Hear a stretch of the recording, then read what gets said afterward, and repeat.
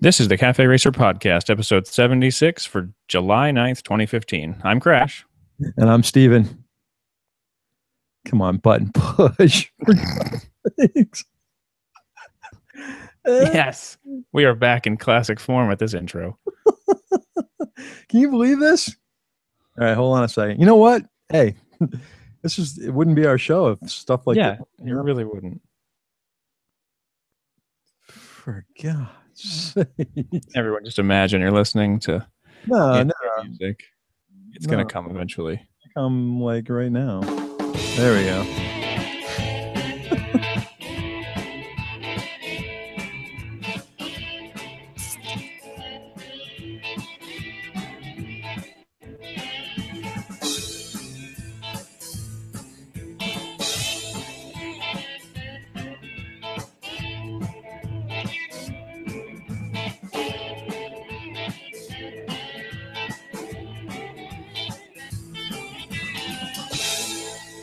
Man, that music seems so much louder when it took 3 weeks to get it started. Or so much longer, I mean. You know, the thing is it's like there's a button that says play right there on the phone because I got the phone plugged into the mixer. Yeah. It's not doing anything. So then I start pressing it harder, like that's going to change, you know? Yeah, it's totally going to fix it. Apparently, the new iPhone, though, it's going to be pressure sensitive, I heard. So the harder you push something, the more it's going to work, like an elevator button, right? Oh, yeah. Random fact, you know that like most of the door close buttons on elevators don't do anything? Really? Yeah, like they're not even hooked up to anything. It's because the like companies that make the elevators, like they're set to such strict timing to make sure that they hit the floors they're supposed to in the time they're supposed to, that they don't even have those buttons do anything anymore.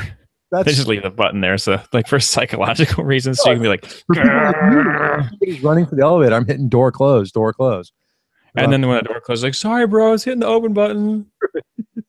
I just don't want to have a conversation with anybody in the elevator. Yeah, that's funny.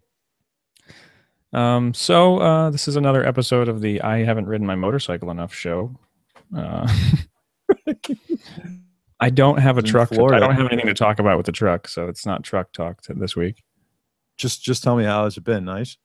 Yeah. No, it's so brutally hot here that I rode the Stelvio a couple days, and the ride in the morning was great. But when I went to go ride home at like 5:30, 6 o'clock in the afternoon here, the sun is blazing hot. It's, you know, in the western sky, high in the sky, and there's no mercy whatsoever. So I'm like praying for some rain. But the last time I got home from work, I felt like I was going to pass out. That's how hot I was. And that's just a reflection of the heat off the ground and, you know, from the motor, and just trying to wear as much ventilated gear as I can. And I was dying of heat. Yeah. I've actually had the opposite experience the past couple of times I've ridden my bike. It's been unseasonably cool here in San Diego. Not like terrible, but cooler than, you know, it normally would be this time of year. And I've got a perforated jacket that a couple of times I've ridden, and I'm like on the way home just going, man, I kind of wish I didn't have the perforated one right now. It really, like, what is it, down in the 50s maybe? Or no, it's been in the like low 70s as like the high for the day. It's been in the low 70s. So by, you know, evening time, it's getting down into the 60s. Yeah, I'm like praying for that here. No. And a perforated jacket, that's not great. Right. So a little bit of news. We got an email from a listener that's looking for a Guzzi like mine in Le Mans. So I'm kind of in the process of possibly helping him find one. So I'll kind of keep you out. You can help him find yours? No, man. It's a possibility. It's an option. It's an option. Yeah. I as much as I love the bike, I don't know. And the starter thing lately, I'll tell you where I'm at with that. I pulled the starter off, which was absolutely incredibly easy to do. Oh, yeah? Yeah, it was just 2 bolts, and then there's a main wire that goes from the battery, and then there's a wire that goes to the solenoid, so it was really easy to get off. There's just some decorative covers on it, and before you pull that off, you have to pull off the reservoir for the rear shock. So that's kind of mounted on a bracket above that. It comes off, and then the starter cover comes off, and then it's just 2 bolts. The starter actually grounds to the frame. Mm-hmm. So I pulled the thing off. I took it into a starter shop. They looked at it and they said, "There's nothing wrong with it. It's fine." They put power to it, spun, no problem. Put it back on the bike, and bike fired up twice, and then it went back to doing what it was doing. So I talked to a couple guys, and I posted some stuff on the V11 forum, and I want to thank the guys that responded to me on that. A guy actually from Australia sent me his work email address and said, "Hey, if you're working on it, email me during the week. I'll try to get back to you as soon as I can." And they all suggested checking the ground. So I just checked power to the solenoid when it was on the bike, and I've got 12 volts going to the solenoid when you thumb the starter. So I know the starter's working. I know the key's working. I know that I've got power coming to the solenoid. And you can actually hear the solenoid engage. You can hear that clunk with going in. So the only thing most people are telling me is check your ground. Well, what I'm going to do probably next week is I'm going to run a jumper, a ground wire from the chassis and see if that works. Try like from the chassis to the like side of the starter, like one of the bolts or something. Yeah, see if I can bypass the ground that's where it's connecting itself now too. If that's the case, then they recommend to take the starter off, sand the surfaces. Aluminum, they said that, you know, even if a little bit of oxidation, that'll cause it not to get a good ground. Then we're going to see from there. Yeah. Not the case if it's got a good ground. There's a couple of relays they told me to check just for power and continuity. And then if that's not it, I'm going to buy a new starter. The only thing I can think of, they're saying that there's a possibility that some of the magnets could have come loose and it's just temporary. But it's kind of been a drag because I really like riding that bike a lot and I haven't been able to just because of this weird starter issue. So I went to the last event I went to. You'll get a kick out of this. Vintage Iron Club had something at Brewhouse that was they said it was a phenomenal event. Of course, I show up 3 hours late, and everyone's packing trucks. So Dan's there going, "Hey, where were you?" I'm like, "I'm here." And he's like, "Yeah, we're going home. Bye." Par for the course for me. And how about you, besides not riding your bike? Mostly not riding a bike. I went on a ride not that long ago, and that was the, oh man, I don't know if I should have a perforated get jacket right now trip. The sun's out right now though, so in theory I could be riding, except that I'm not because we're here. Right. Yeah. I probably won't be able to ride any this weekend either. We're going out of town for some family stuff, and I'll be back hopefully Sunday midday. Maybe I can take an evening ride Sunday, and then next week I'm just so jammed up at work. I don't know if I'll try to ride a couple days to work, but if the weather's been like it's been, where it's just, you know, 96 degrees and a 98% humidity, I may opt for air conditioning. Yeah, that's pretty substantial. It's been really humid here, which is also kind of strange. Did you see a post? I think Paul Pellin posted something about an air conditioning system that he's running on a bike. No. Yeah, I saw that on Facebook. I'll have to put a link on there. And I know that there's a couple guys with MSTA that have this thing that a guy here in Florida invented, but it's an air conditioned suit. Basically, it's a box that sits behind you, or you can mount it in one of your bags, and it's got cooling air pipes that go into this jacket. So you basically can have cool air circulating through your jacket while you're riding. Nice. Yeah, I may have to look into that. Yeah, if the weather's like it is for you. Yeah, I noticed also too, Joe Pop started his trip. Oh, good. Yeah, that really is. It's actually a pilot that they're shooting. So he's not doing the whole trip right now, right? He's just doing a pilot, and we'll be looking forward to that. And as soon as that's public, we'll get it out. That'll be kind of cool. I think he's shooting an hour pilot. So the other thing I want to tell you that was kind of interesting was when you hear the term disc lock, what comes to mind? Like a little C-shaped kind of dealio that clamps around your brake disc, and then you forget it and ruin your bike. Yeah, right. And that, you know, the funny thing is that the exact same thing comes to mind for me, that forget that it's there and you move a few feet and then crash or tear up your forks or bend a rotor, right? So the other day at work, I happened to be talking to the president of a company that we do business with that's a vendor for some business analytics. And we start talking about patents, and he holds some patents in the motorcycle industry. And he holds a patent on a device that he invented called Road Lock. Have you ever heard of this? No. All right. Well, when I first saw it, you know, he sent me the link. I'm thinking disc lock all over again. But this thing's actually kind of innovative, and the patent, which really changes the way this thing works, because it's not really a disc lock, it mounts on the caliper, and it's got a pin that fits in one of the holes of the disc, and they're almost to the point of being universal. They make a version for Japanese motorcycles, a version for Italian motorcycles. The only thing that changes it are spacers. So as long as it's a radial mounted caliper, which most bikes have nowadays, you just insert spacers into this thing, and it allows the pin to line up. The difference between this and a disc... I'm looking at it right now, actually. I Googled it. Well, here's the interesting thing about it is the difference between this and a disc lock is the bike can't move at all. Yeah, disc lock, you've got enough free play that you can ruin something. Right. This thing is, your front tire is stationary. All that'll happen is your bike will stall. Right. And they have like a big yellow tag on there, but he says in most cases they don't worry about it. It's now OEM as a item on Harley Davidson. They haven't. Oh, I believe that KTM is supplying them, the Piaggio group, and Ducati as well. He's actually sending one to me. The guy's name is Eric Xavier, and he holds the patent. Yeah, so I'm gonna let we'll test it out, see how it works, and let you guys know. But the one thing is, what bike do you have has radial mounted calipers? The Stelvio does. Brembo. Oh yeah, nice. My bike does not. Well, the traveling that I do too, it'd be nice to have some sort of peace of mind, especially when I would leave the bike outside of a hotel. I was always a little freaked out by that. Yeah.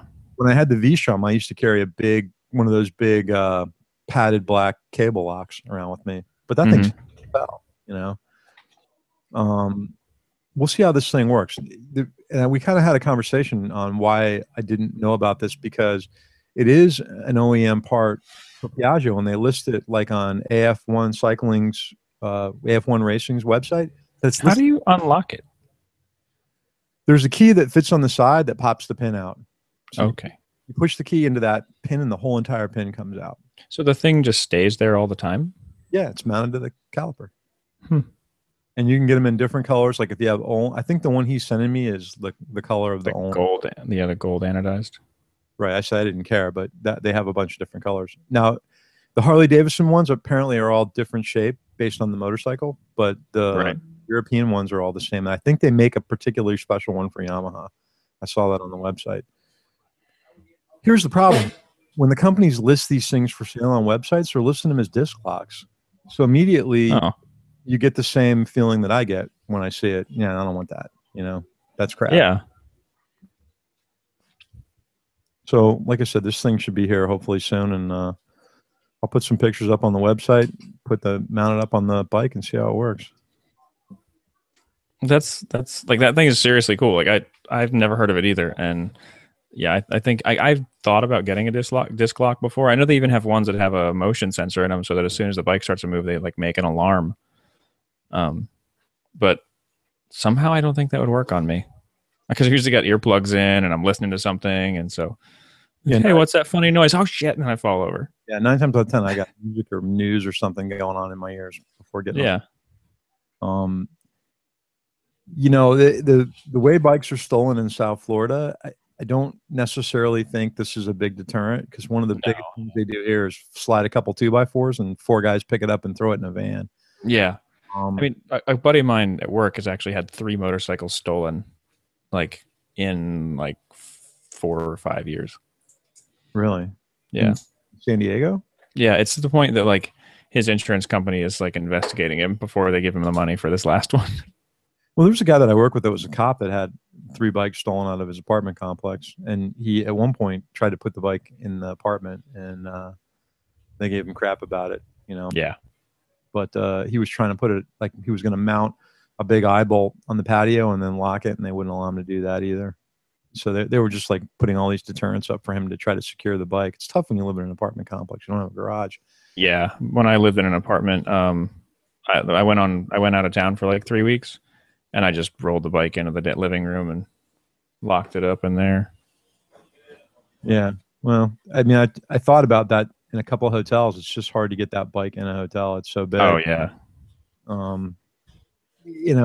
Some of the areas I stayed at, it was constant traffic in and out of there. It was well lit, but there were a couple of places that were a little, there there was a city outside of Flagstaff that I stayed in that was really kind of sketchy, especially the hotel. Because of course, I'm picking the $30 a night places that were sketchy to begin with. Right. Sure. Some other interesting news is we've been told that Honda is going to be at the AIM Expo. So it's sort of rounding out there now. Yeah, it's starting to like really get exciting. And what's your news? You're going to be going there, right? Yeah, I plan to. As long as, I mean, I'm in the military, so there's always that possibility that something stupid's going to happen somewhere in the world, and they're like, nope, nobody's going on leave. We're going to go invade Canada, which, a good idea. It's like 80% of the population lives on the border. It'd be like super short. We'd be done with them real quick. You can make the second day of the AIM Expo. Yeah, I'll make it to Friday. I just won't be there Thursday. But anyway, so assuming the Canadians don't finally get fed up with us being a bunch of idiots and decide to invade, then I should be going to AIM Expo. So if you guys want to see us and meet us and tell us how crappy we are and how shitty we've been, and how our intro always sucks, and our intro always sucks, and how we haven't been getting shows out in time, if you want to fight us, we'll be there. We'll be waiting for you. Yeah, if you want to fight, yeah, I got Chuck Brewer as my stand-in, so we'll be good. Yeah, and he's he likes to flex, so right. We'll try to like be at certain places at certain times. I'm sure we'll be hanging out with the guys from Ace Cafe if they have a booth this year. That's going to be really close to their grand opening. Yeah, I can see us in a couple other choice places. We've got friends at AIM, and now Kevin Nixon from Twisted Throttle is now the national sales manager for AIM. So he's a buddy of ours, and we'll be hanging out with him. And the press day there is Thursday and part of Friday, I believe. So, yeah, my goal is to be there, in time for that.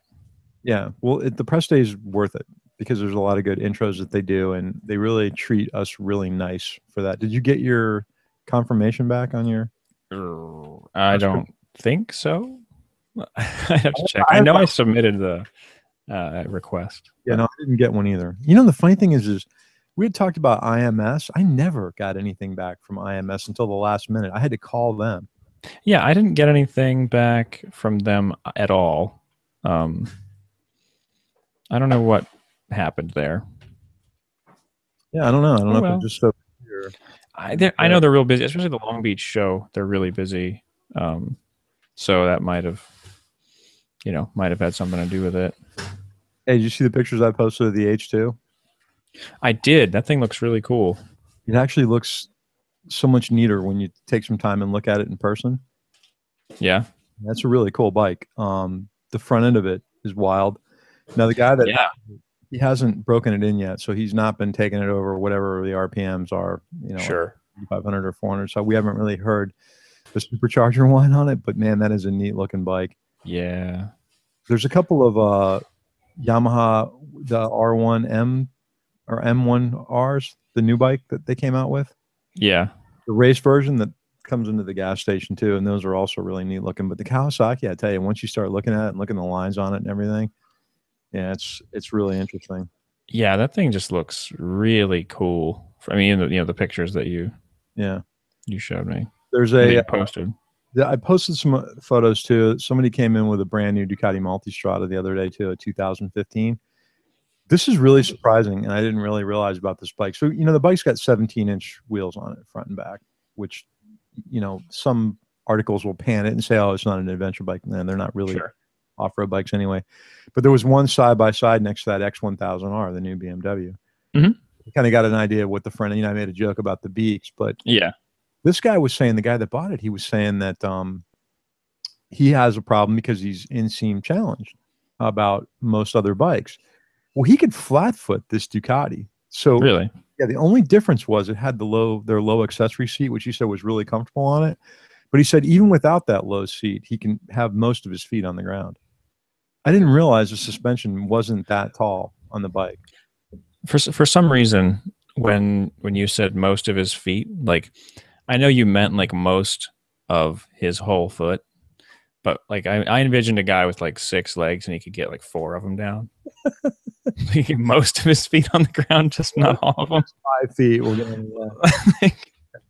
So exactly what you said. So like everything, the front end and the ball of his feet and everything except probably his heel. Yeah, you can't like flat foot, but the Right. majority of his But with no seat, he's flat footing it on the ground, and then comparing it side by side next to the X1000R, it is significantly lower to the ground than that bike. And yeah, I don't know if that's a change for 2015 for Ducati, because I always thought they were kind of tall.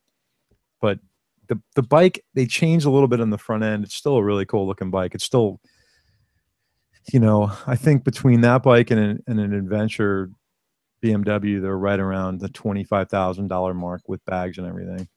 yeah. So that makes, you know, bikes like the V-Strom, the Caponard, even the new Rally Caponard is less than that. And Mm-hmm. with bags, it's their GV bags on there and crash guards and things like that. But I tell you, the more and more I look at that Super Adventure from KTM, the more I like that bike. Yeah, the new one, the 1290. Oh yeah, Yeah. The technology that's packed into it kind of rivals even Ducati, I think. And it's coming in at a lower price point with bags. I'm thinking that you know, maybe sometime in 2000, the end of 2016, early 2017, I may upgrade if yeah. Moto Guzzi decides to come out with something else. They're kind of slow to do that. Right. The 2 new models that they came out with this year are really just rebadging of the California. Did you see those? No, I didn't. So they kind of, and it was funny because Christy and I were talking the other day, and she says, yeah, I saw a new Eldorado, and I'm like, it's really not new. She's like, no, it says Eldorado on it. I'm like, no, it's a California that they just kind of styled a little differently with white walls and stuff. And then they have one called the Audence that's like blacked out. I think they've got like semi-drag bars on it. It's just kind of a little bit different format. They came out with a different version of the V7 Racer. It's a special edition version that's in their green paint. Yeah. That's it. Really, they haven't changed much else in the line. So if they decide to refresh and update the Stelvio, I may look at it again. You know, I'm not saying the bike is outdated, but just for a change, you know, for sake of change. Yeah. I'd love to get a second bike. I'm always kind of bouncing back and forth between like 12 different things about what I would want though. So yeah, you know, it's funny. It's kind of hard to nail it down to anything because the more stuff that comes out, the more I like it. And even like with vintage bikes and cafe bikes, I'm waiting to hear what you know, Royal Enfield's going to do. Apparently, they're going to expand their line, and I'm still kind of hoping that somebody will purchase EBR and continue with what they were doing there. I don't know how long that the receivership goes before they make a decision on, you know, breaking up the company and selling off its assets to pay the creditors. But yeah, that there's some sort of somebody in the wings looking to buy them. That, and I've still been kind of kicking around of the idea of an 83 CB1100F. I have like a search on eBay set up, so whenever one of those pops up, I take a look at it, and that'd be a neat kind of project bike to have.